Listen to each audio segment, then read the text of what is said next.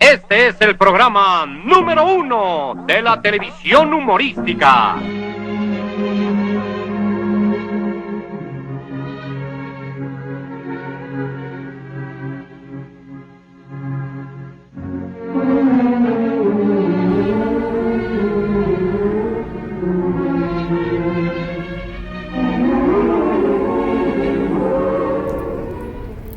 ¿Qué onda, amigos? Nos encontramos en un panteón porque vamos a visitar una tumba en especial de alguien que probablemente todos de pequeños lo veíamos, y yo creo que hasta la fecha, pues con mucho respeto aquí a todas las personas que están en este camposanto, con todo respeto a la persona a quien vamos a ir a ver, pero creo que para todos es alguna motivación, incluso un ejemplo a seguir de lo que pudimos o podemos hacer en nuestra vida. Vamos a ver la tumba de Chespirito. Este panteón me sorprende. De alguna manera tiene una vibra que te cautiva.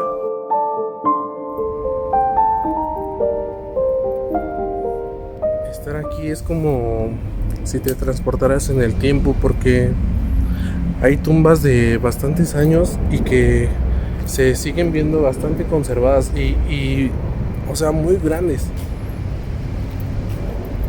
Ya sea que sean algunas tumbas donde están todas las familias, o una sola tumba que está solamente una persona. He visto tumbas de hasta 1850, 1840 y también bastante recientes, del 2020, 2014. Pero el detalle que tienen cada una de ellas, o sea, sí es algo que muy raras veces se ve. Yo creo que nada más en las películas, o incluso yo pensaba que en Estados Unidos, en otros países hacían esto. Pero no, aquí tenemos un ejemplo que en nuestro país tenemos un panteón bastante bonito, a mi parecer. El señor Roberto Gómez Bolaños fue un actor que, por cierto, cuenta que fue un tanto accidente. Comediante, escritor, guionista, entre muchos otros. Nacido en la Ciudad de México el 21 de febrero de 1929. Fue guionista incluso de películas de aquellos comediantes, Viruta y Capulina. Pregunten a sus papás quiénes eran. Y que eso le comenzó a dar entrada a la radio y televisión. Otro dato, y es que Don Chespirito era sobrino de Gustavo Díaz Ordaz, presidente de México, el cual todos los mexicanos lo tenemos bastante identificado por aquel suceso de 1968.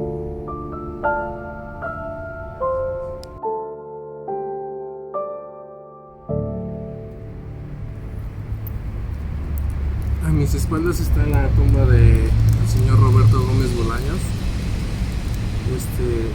Sinceramente para mí fue pues un momento en mi niñez con muchas risas, y que incluso lo interpreté haciendo Chiripiorca, la garrotera, todas esas cosas que él hacía en sus personajes.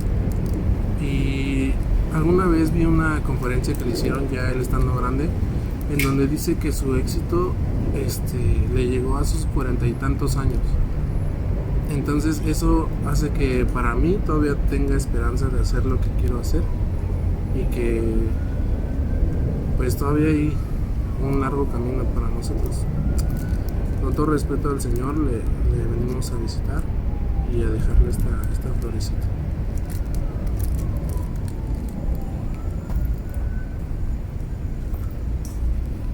Lamentablemente nuestro Chavo del 8 se nos adelantó a los 85 años, el 28 de noviembre del 2014, por complicaciones respiratorias.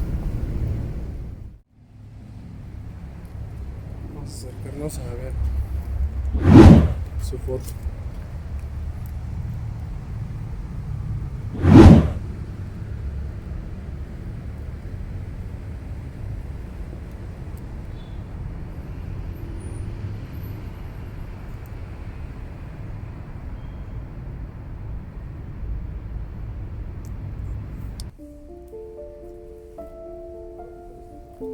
Le gustaba mucho la poesía y así fue como conquistó a doña Florinda. Algo curioso, pareciera que la leyenda de la lápida fue escrita por él y sus versos.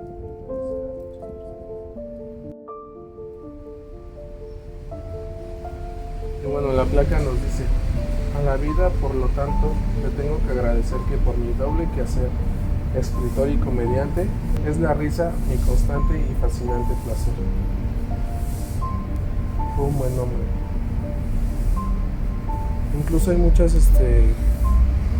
mucha polémica que he visto que según refleja cómo es el mexicano, ¿no? Un niño huérfano que vive en una vecindad con el señor huevón, con el señor que cobra la renta y dice tener dinero, la señora soltera, cosas así, pero creo que eso no nos fijamos nosotros de niños, y eso hace que el humor tan blanco que tenía nos hiciera reír y nos hiciera pues mantenerlo eternamente.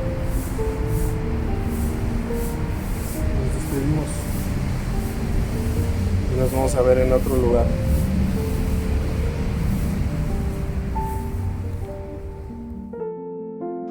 La primera vez que hice algo y que la gente medio me conocía era el Chapulín Colorado, y tenía yo ya 41 años.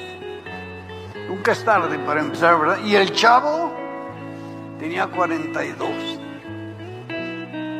Esto quiero decirlo a aquellos que dicen ya no tengo oportunidad. No, siempre hay oportunidad.